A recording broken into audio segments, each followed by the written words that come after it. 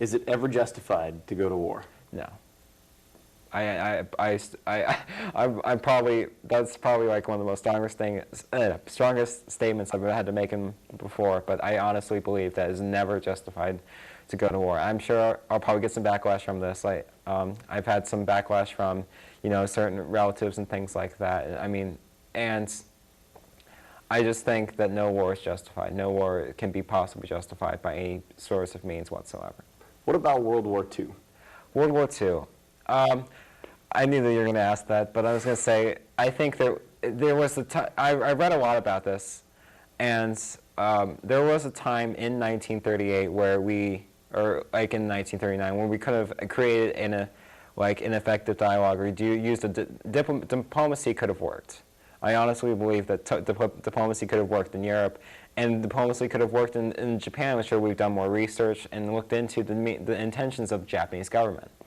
And the same thing with the German government too. I mean, because we all said back in World War I that that was the one war to end all wars, because it was when Europe only had this time spiral backlash and started doing a bunch of infighting and things like that, and territorial expansion sort of just stopped.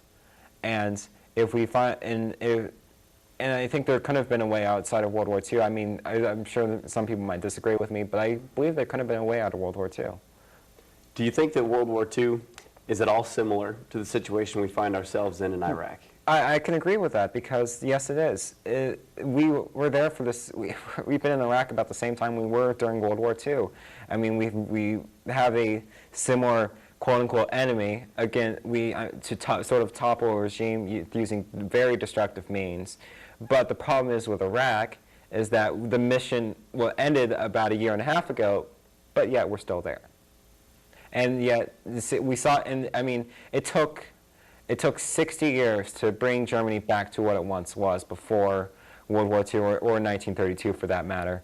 And if that's what might happen if we don't set a timetable immediately right now for withdrawal of U.S. troops. And I honestly think that's going to happen. David, I don't want to spend too much time on this point, but I mean, during World War II, we had a Holocaust going on, and yes. we had Adolf Hitler, and he was out there, with his battle cry. How could we have solved that through dialogue? The evidence didn't really start until Adolf Hitler came to power in 1933, and I think we could have slowly sort of stop that down, because I mean, anything can be solved by simple diplomacy and peacekeeping. I believe that. I honestly believe that. Some people will disagree with me, but that's fine. And I think that if we kind of created an effective diplomacy or dialogue before World War II, sort of stop the mass death, or sort of, or kind of held Adolf Hitler accountable for what happened. But by using peaceful means, we could have stopped even more mass death during World War II. And I'm not justifying that at all. It was disgusting. I mean, honestly, it was disgusting. 6 million people, 6 million Jews died just by the tyrants of a madman. Well, David, we're getting close to the end of our interview. Okay. And so I want to just slow it down a little bit, and I want you to react to a question that I hear all the time, or I guess more a phrase that people say. I always hear, young people don't do anything. Young people are not involved. Young people don't care about their government. Would you react to those statements for me? I actually do agree with that to a certain extent. The fact is that the mass media has been set in vertigo, and we've been detracted from our own of this huge load of mass information that's going through our young people. I mean, more and more of my friends care more about what's like the latest movie or the latest game or things like that than about politics. I mean, I talked to one of my friends about, well, I mean, if you want to do anything with social justice club this year, I'm like, what's that? I'm like, okay.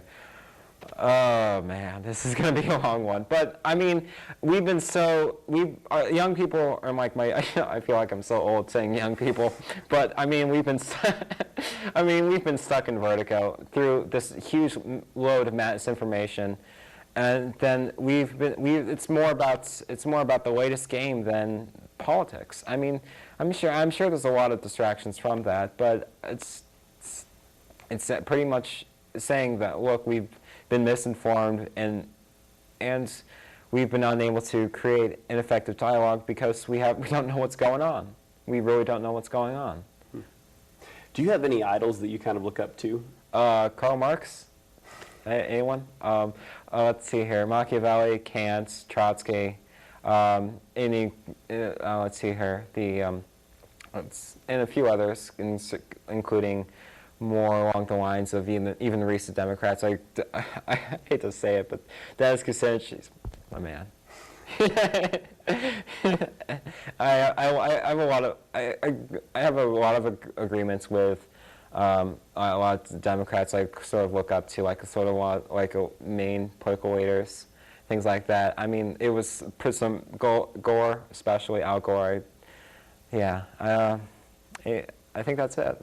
Maybe a few others, but I don't exactly have time in the interview. Well, thank you for tuning in today. This has been The Watchful Citizen. I'm your host, Josh Cramer, and this is David, who starts school tomorrow at Lincoln High. Tuesday. Oh, Tuesday, excuse me. And I hope that some of his energy has rubbed off on you. You can check us out at www.lancastercountydemocrats.org. And this is where we're all volunteers. Hope you have a good day. Peace.